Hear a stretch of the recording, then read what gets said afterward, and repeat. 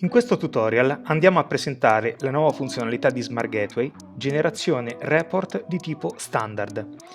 Definiamo come report di tipo standard un report a colonne fisse.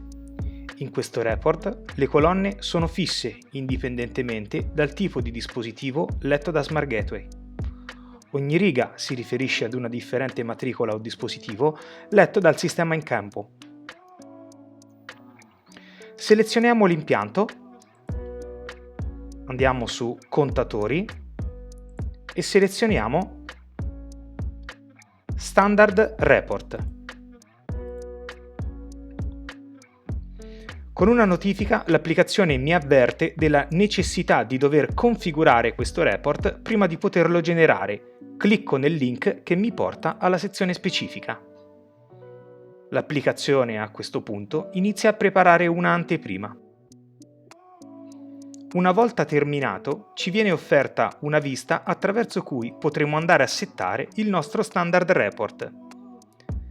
Vengono evidenziati in giallo i dispositivi non integrati. Cliccando sul nome in prima colonna verranno visualizzate le matricole corrispondenti a questo sottogruppo.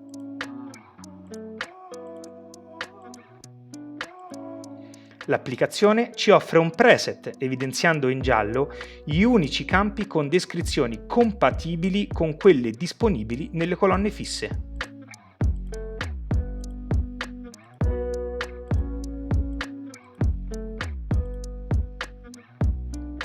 L'utente avrà comunque la possibilità di modificare il contenuto della cella usando il relativo menu a tendina.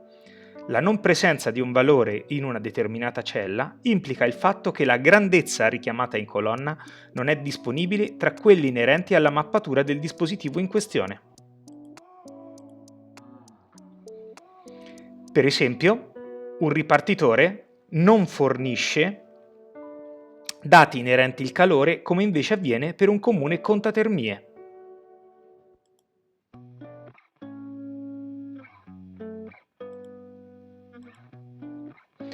Una volta concluso il settaggio sarà sufficiente cliccare su Salva configurazione. A questo punto possiamo generare il nostro report standard. Questa tipologia di report è particolarmente indicata per creare automazioni nell'importazione, soprattutto in combinata con il servizio di FTP Push supportato da Smart Gateway stesso.